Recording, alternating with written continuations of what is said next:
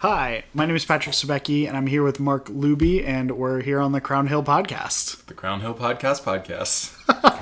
Which is a joke that will probably get funnier as we say it more. Reduce, recycle, and reuse it, yeah. So good. Well, we're just here today on this first one to talk about what we want this podcast even to be. Yeah, and we've begun this conversation a little bit of what our goals are for this podcast, but yeah, as you think about this podcast, what do you want to get out of it, Patrick? I mean, I feel like 3 years ago we started making the jokes that we should have a podcast. And it was mostly coming out of our conversations about the new creation and like our disagreement there, which was just the best. Yeah. Which we'll probably get to in future episodes. A very minor disagreement. Oh, the minorest of disagreements. So minor that our seminary professor told us that it didn't actually matter enough to disagree about. Or something to that effect. That was my interpretation of his answer to us. Fair enough. But regardless, we're here, we're doing it. What do we actually want to do, though? That's the question we got to answer today. So this is coming with, I'm putting a cup of tea down. I wanted to drink a hot beverage. It's herbal tea. It's a good one. But we wanted to do this podcast coinciding with a new work we're doing of church planting.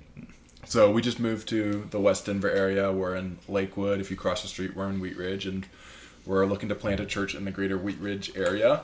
And right now, we thought a great way to just, to have fun together, talk through theology, have conversations that we already want to have, and also allow people to get to know some of what we are about, is to actually just have some of these conversations in more of a public forum. I love podcasts because I think they're one of the most... they're one of the places where you can have long-form discussions in our culture, and you can't have those everywhere. Hi, Tina. This is great. My wife Tina just walked in, so with Paxton, with our little boy. So it's always the fun of recording a podcast in the kitchen. So we think that part of the value of this podcast will be that people can know what we're about as a church and get some of our heart in ministry. Yeah. Maybe if you're church planting someday and this goes well, you can listen to it. Or if it doesn't go well, you can listen to it. Just know what not to do. And the other thing is, I also hope it's actually a resource for people who are joining the church early on in sort of core team-like roles, that we can talk about some of our heart and desire for ministry and just what the Lord's doing in our lives.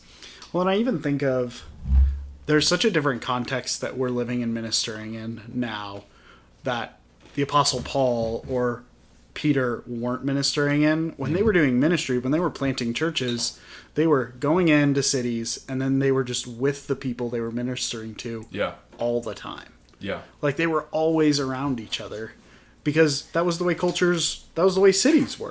Yeah. Is you were there because you didn't have a car. Most people didn't own a horse. And so you just lived within a very small circuit of each other. And that was how life went. Yeah, and if you're Jewish, you'd see each other on synagogue. There's a lot of teaching in the synagogue that happened as well. Totally. But yeah, there's like public spheres. But we live in a culture now where's the public sphere?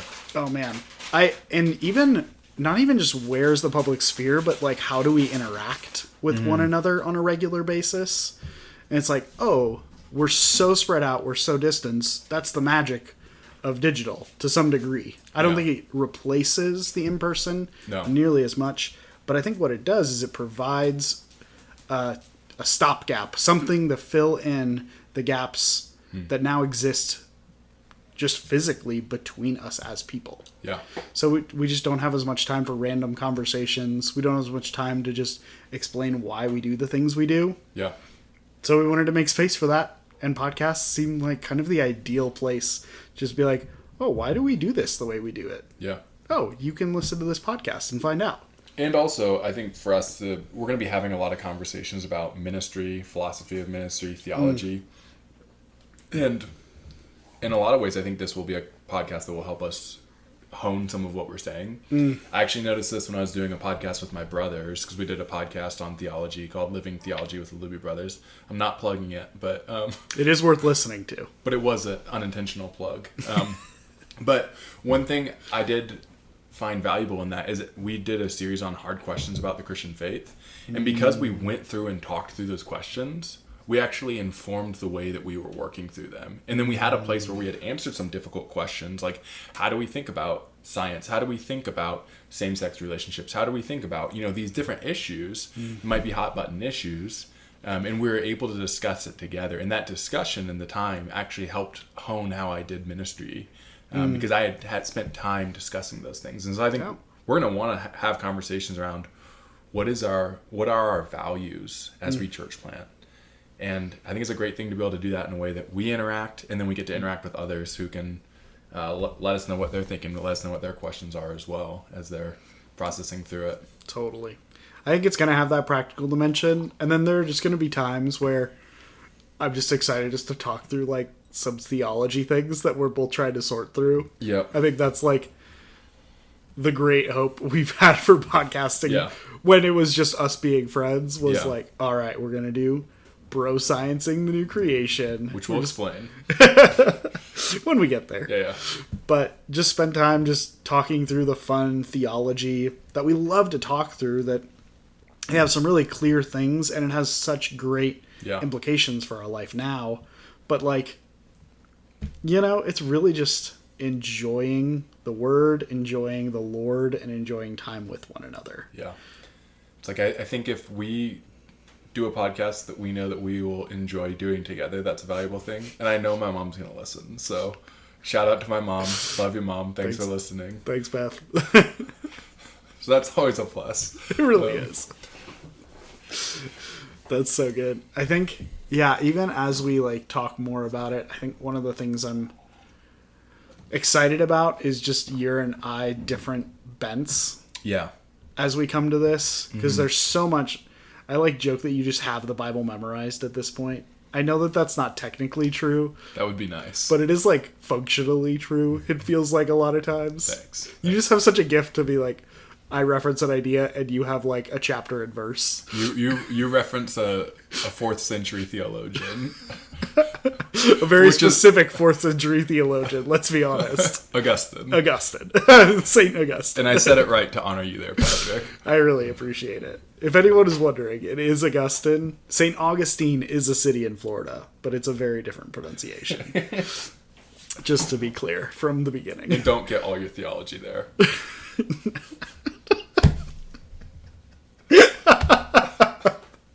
That got me. Thanks. Okay. Thanks for that, Mark. For I really sure. appreciate that.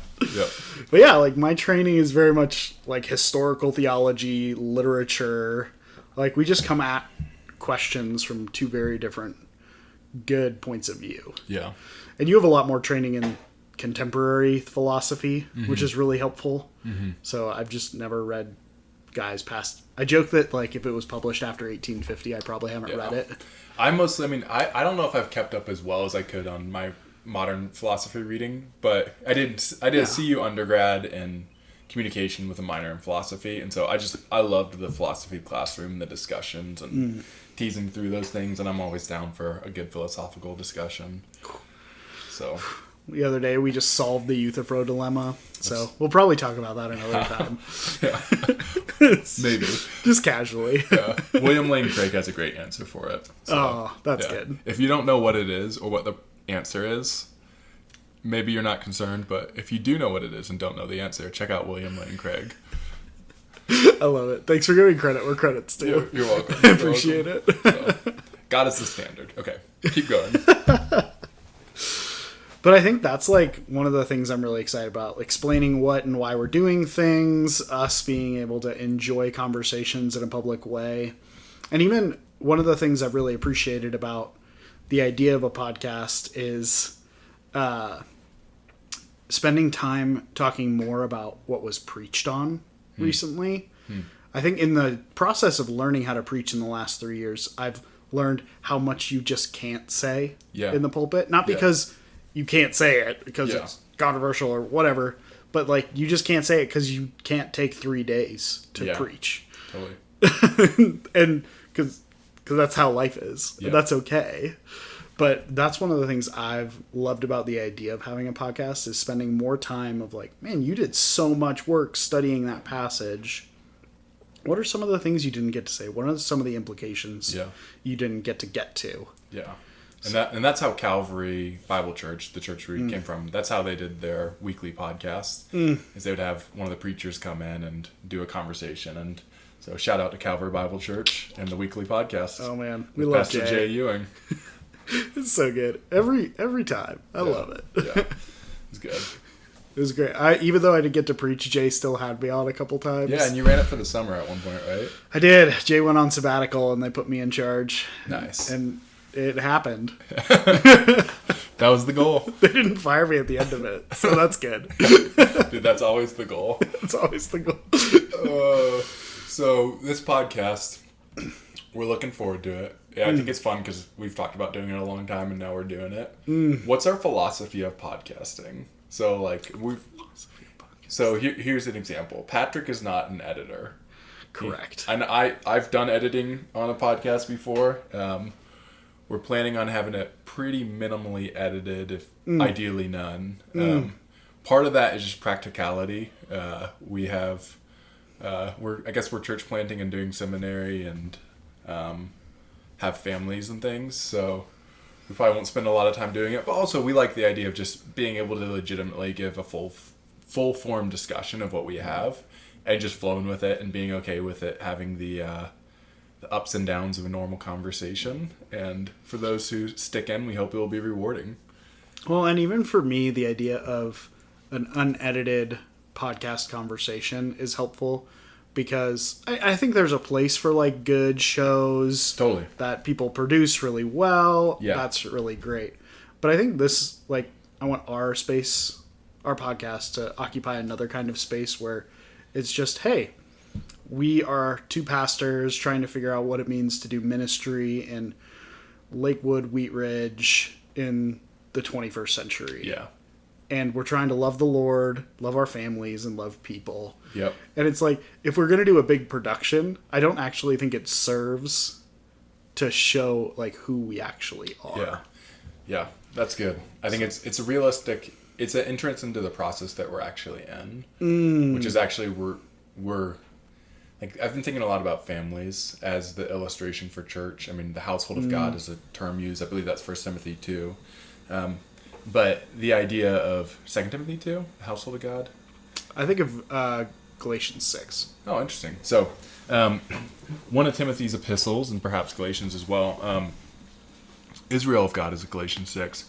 But one of the illustrations that's used is that I've found helpful in thinking about churches is families. And in a way, we're kind of like two young... It's kind of like a young family, though, what we have as a church. Is like, there's some families who are saying, hey, we want to jump in and do this thing. We haven't started services yet. But as we think about it, it's like we're learning to parent. We're learning to be engaged as a family and to grow spiritually. And part of the joy is we depend deeply on God's grace in the ways that we will stumble towards maturity.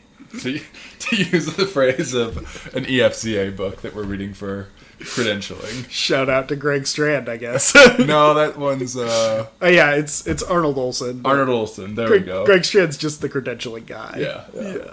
So, so as we stumble towards maturity, we hope that maybe this podcast can be a reflection of that. And I'm confident it will be. I'm confident it will be at least something. All right. So Patrick, tell me something about this church you're seeking to plant. Yeah. Let's use the royal we here, shall we? Okay. Well, what are we doing? Man, I think one of the things we're really excited about is the opportunity to see a new church that reaches new people, but a new church that even presents a new vision for young people to pursue church planting. So, you know what I mean by that, because you've been here the whole time as we've been going through it. Because we've talked like 1,000 times. I mean, and the fun part is we got to take a class on church planting last year. Yeah. And that was just so fun. Chris Vogel was the professor. He's in charge of church planting for the Presbyterian Church of America. And it was just such an awesome time to hear all the ups and downs. And we walked away with 3 conclusions: that church planting is impossible. Yep. Christ commands it. Therefore, we must do it. Yeah. And so it's it's even just a sweet fruition of that class and the conclusions we came to that we're here now. Yeah. Looking at, oh man, okay, we're actually doing it. We're here. Yeah. The second one, Christ commands it. It would be great to have a podcast on just that at some point. I know we're throwing out ideas like book recommendations. It's like, will we ever read those books? Will we ever get to that? If the Lord wills. But a podcast on the relationship between discipleship and the church, and between church planting and the Great Commission, and the New Testament trajectory, that would just be a fun podcast. Who are we reading? Church Planting Thresholds by Clifton. Yeah, Clint Clifton. Yeah, he's got some great stuff on that. We would just does. steal his stuff and put it on a podcast and give him Brutally. credit.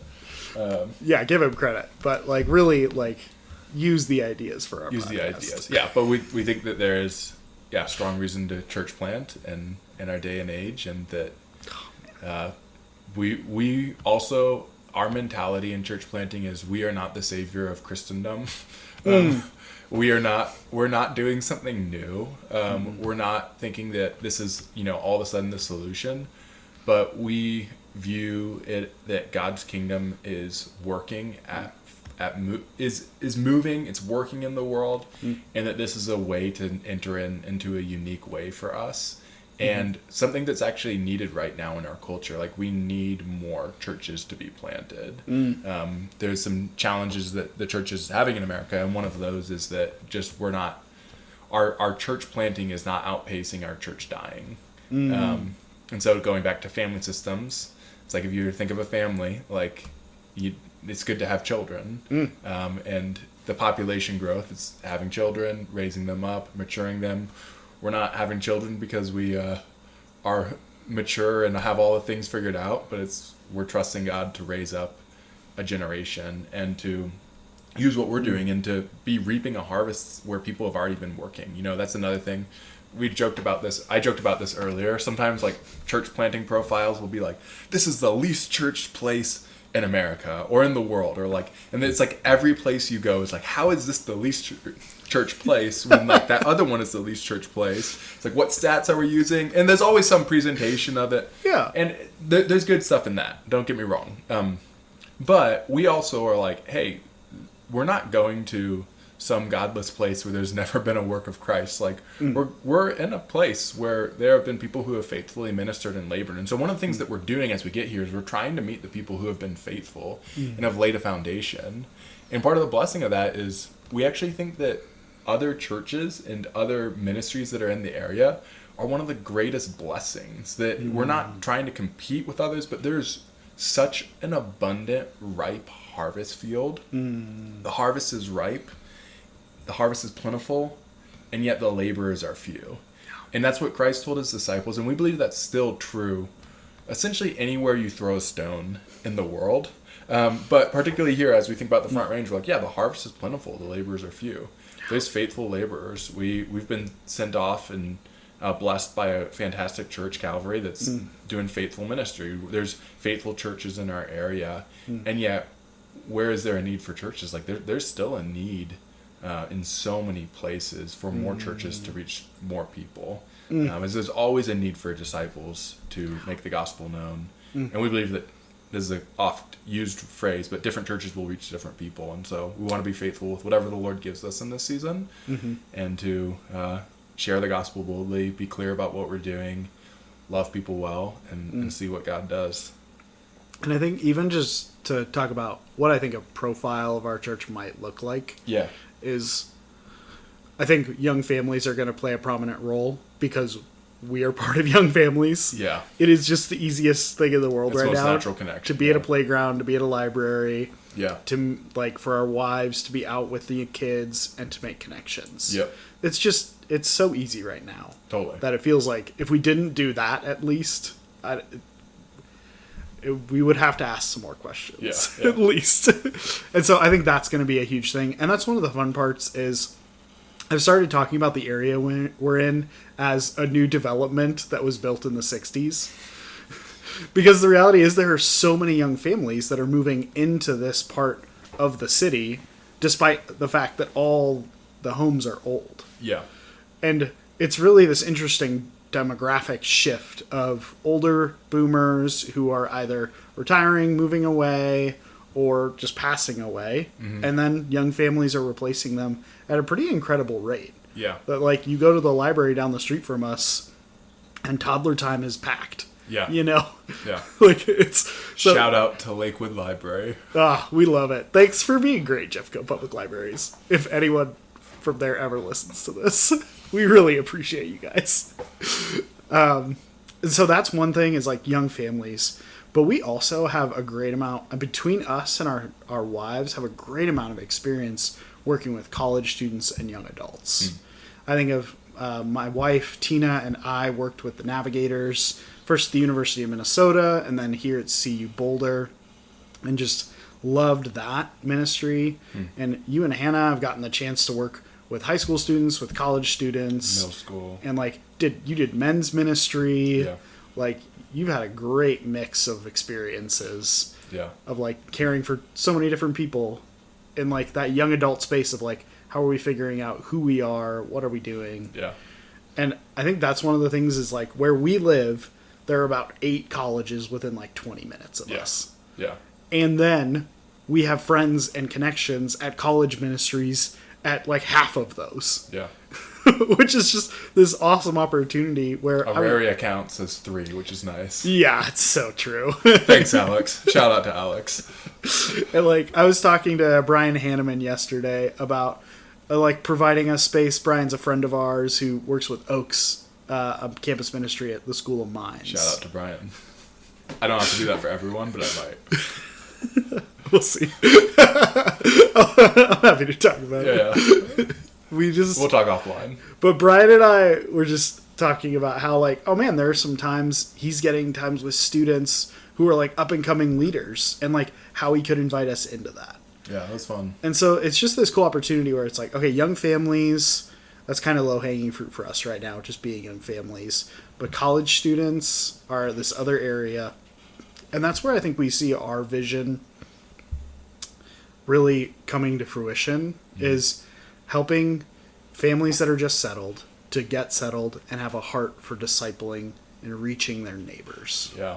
And helping college students to catch a vision for what could it look like to be a part of the church for the rest of my life and to see Christ's kingdom go forth. Yeah. Into all the nations among all peoples. Yeah. And so like a little bit of our demographics is kind of, I mean, we have obviously very few families right now involved in this, but it's pretty much 20s and 30s plus the 0 to 3 demographic. Yeah. Plus my parents in their 60s. Yeah. And so it's 60s, 20s, 30s, 0 to 3. Now, I think that represents kind of 3 generations. But part of that, as we've been looking at this area, one of the things that I've been thinking about, or kind of just having some vision for, is what's the picture we want to put forward? And we really do hope to be a church where, you know, whatever someone's background, whatever their age, stage of life, culture, that it's a place where people feel like they can be welcomed and cared for. And I think that happens through relationships, through hospitality, just through being welcoming. But one of the interesting things is we also know there's a significant of the amount of the population that's kind of in what we'd say is the de-churched category, where they were maybe attending church one time and have stepped out. And part of my hope in this area is that there are some of those who are in that later season of life, in their 50s, 60s, 70s, who get excited about finishing strong and pouring into future generations through discipleship, and we care for them well, connect with them well, and then have a vision of, hey, this isn't just something for the next generation, but this is something that, how do I finish well with what the Lord's given me? And maybe some who have been out of church and through a personal invite we're able to say, hey, come into something like these aren't days of, you know, diminishing glory. These are days of like some of your perhaps best days of ministry. So that's part of our hope too, is inviting people into that vision, and thinking about there's a unique demographic here of a split of aging out of a home, moving into a home. It's a very eclectic area, and we kind of love it because of that. Yeah, it's so fun. If you get the chance to come visit us, we're just at the southwest corner of Crown Hill Park. Yeah. which is kind of an inspiration for the name. Yeah. We'll tease it out now, Patrick. We'll tease it out now. Crown Hill Church is what we're thinking of as a name. It's got a question mark at the end of it at this point. Yeah, on our church group chat, it does have a question mark. It's Crown Hill Church. Not because we don't expect to be a church, but Yeah. just because that is probably the name. Is that the name? Yeah, that's what we're teasing out. We think I put in the below it or something in our description. We're a question mark away from having a name. But it's important to me that I not only make a joke but continue to explain the joke. So that's I appreciate it. yeah, that's reusing jokes. We have actually a guest coming right now, which is Callie, Patrick's dog. But so for Crown Hill Church, the reasons we like that one, we're next to a park. Tell us about that park, Patrick. Crown Hill Park is named Crown Hill after Crown Hill Cemetery that it shares the land with. It was a farmer who got involved in the state legislature back in the 1800s. This is probably way more history than anyone was asking for.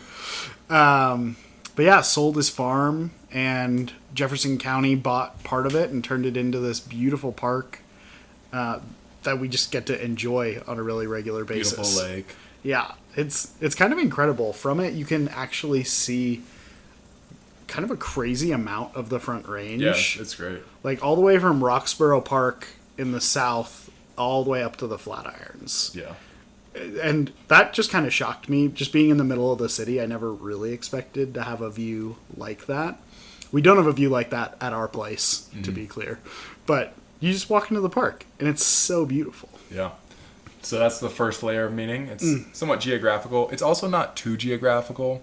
So we didn't want to choose something that was too geographical, that if we end up having to move a few miles, it makes it confusing. So we're like, hey, Crown Hill, I think some people know it, but it's also not but also it doesn't sound only like geography. The thing we also like about it is the idea of Crown Hill with Christ the King who dies on Calvary. So it emphasizes the kingly office of Christ and the priestly office of Christ.